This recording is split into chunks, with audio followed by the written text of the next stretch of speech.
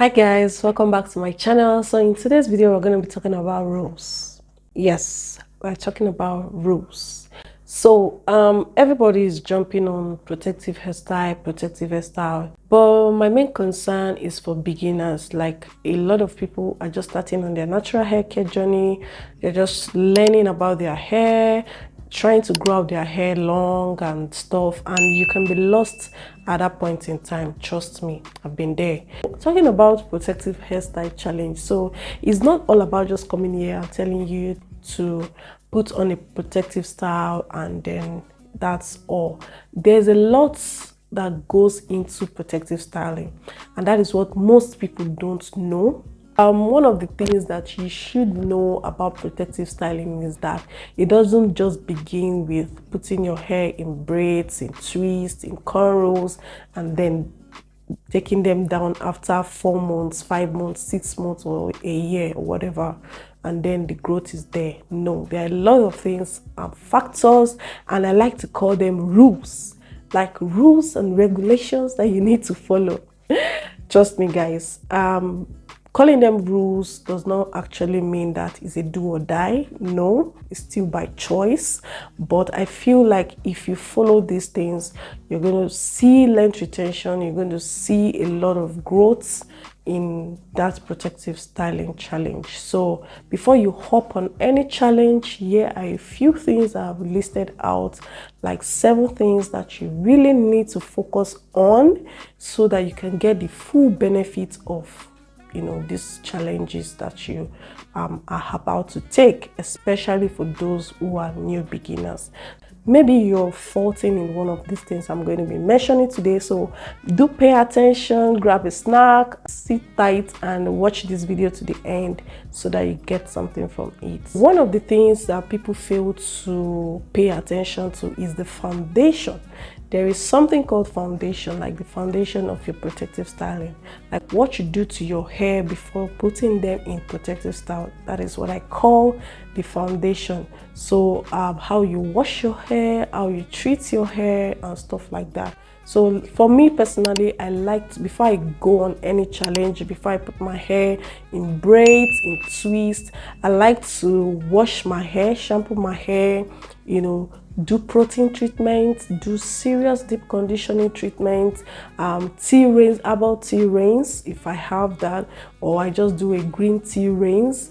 I like to do all of these things before I put my hair in any protective style, because mind you, I'm going to be taking that hairstyle for months. So I want to make sure that my hair, the foundation of my hair, is solid. Then number 2, tension. It doesn't matter this time around what kind of protective hairstyle you put on. It can be cornrows, it can be twists, it can be braids, whatever it is. The tension matters a lot. So I know we like to make our hair look sleek, neat at the roots, the patterns correct, everything all nice and tight. But that could be detrimental to your hair growth. So if you're trying to go on a long-term protective hairstyle challenge just so you can retain length, you don't want to make that hairstyle too tight that your scalp will be feeling that tension. Trust me, your hair is going to keep pulling at the roots. So instead of having healthy, long, fuller, thicker hair at the end of your challenge, you'll be having scanty, sparse hair because the tension of that hairstyle has pulled out on all of your hair strands, so you're not seeing the result you're supposed to be seeing. So you want to pay attention to tension. Pay attention to tension. Wow, that's cool. I didn't realize that. Number 3 is going to be hydration. So a lot of people don't care about hydration. In fact, some people don't even understand what hydration is. When I say hydration, I don't just mean the water, the aloe vera juice you spritz on your hair. I'm talking about hydrating your hair from the inside. So are you taking enough fluid? Are you taking enough water throughout your day, especially in this harmattan season when everywhere is dry? You want to make sure you're not just spritzing water on your hair, you're also feeding yourself from inside with lots and lots of water intake, fluid, anything, so that from your scalp, the hair that comes out from your scalp can be well hydrated. You know, once your hair is coming out from your scalp, you are not spritzing it immediately, you understand? So it's the moisture, it's the hydration that your hair strand gets, like from the roots, from inside, that is going to come out well nourished before you now start, you know, doing the outside care, love, and all that. And then number 4 is going to be wrapping your hair. Now, whether you're sleeping, you're going out, you know, I'm not saying wrap your hair all the time, but I feel like once in a while, like some of the time, you have to wrap your hair, because our hair is always exposed to something: the sun, the wind, the weather element and stuff. So protecting your hair with some head wraps, you know, once in a while, here and there, is good for your natural hair. I know we always say this when we want to sleep: put your satin scarf, put your satin bonnet and stuff, but it's not just only when you go to bed. It's also when you go out and you study the weather, especially now in this season.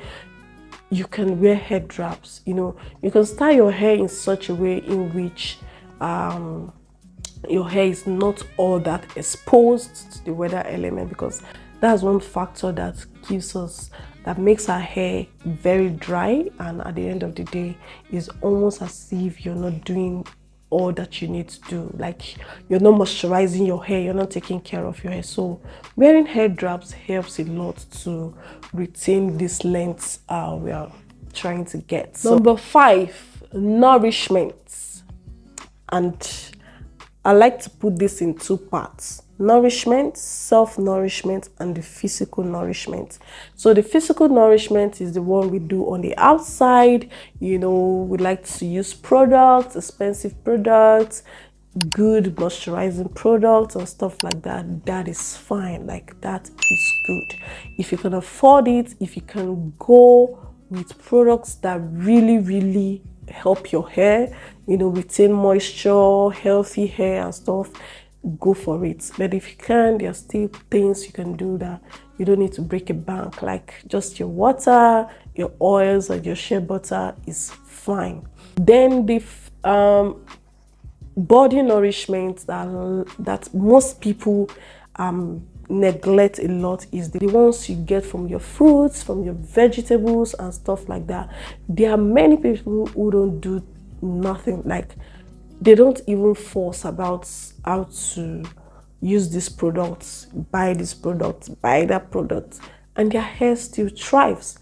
And some of them, if you go ahead to ask them questions, you're going to hear that they are very big on eating healthy. Like there's a lady on YouTube as well. I can't remember her name. I'll put her name if I can remember on your screen. She's very big on eating healthy, like good diets, a lot. Most of her videos you watch, she mentions it a lot. Her hair is very long, like super long, and very healthy. So body nourishment is very good, very good, because our organs are also fighting for this nourishment. So your hair is the last thing that they want to think about, trust me.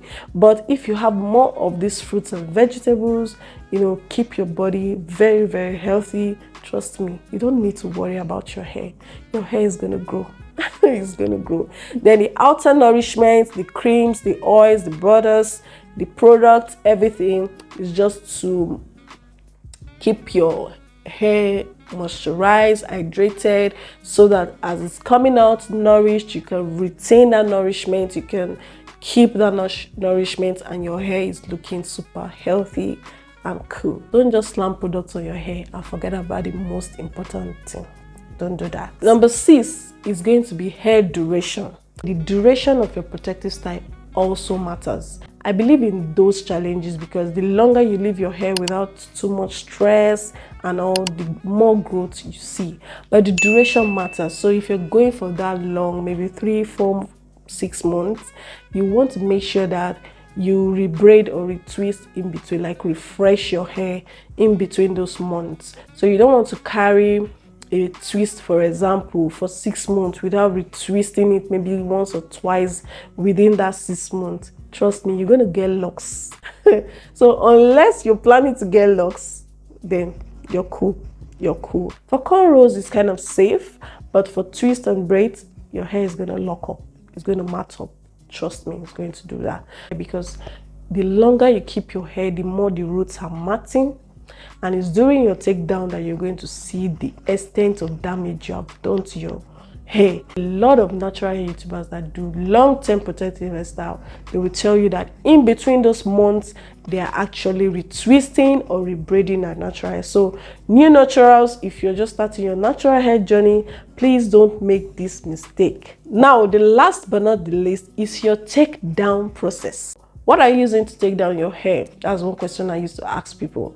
Do you just go right into your hair, start taking down your hair and all? Then you take down, you use a comb, you use a brush, you brush, you comb. Is that what you're doing? You're definitely going to be ruining your months and months of hard work. So what I like to do when I'm taking down my hair is to make sure that I have a product that is slippery, a product that once I put on my hair, it's just gliding through. It's just gliding through. Take note that your hair has accumulated a lot of shedding in those months of protective styling, because typically a hair sheds 50 to 100 strands per day. So if you've gone for 5 months, 6 months, you've shedded quite an amount of hair. And those hair at the roots are already tangling up with the ones that are not shedding. So watch how you take down your protective hairstyle after that months and months of putting them in is really crucial. Your length retention really depends on your takedown. That's where you determine if all your hard work, all the things you've done has really paid off or not.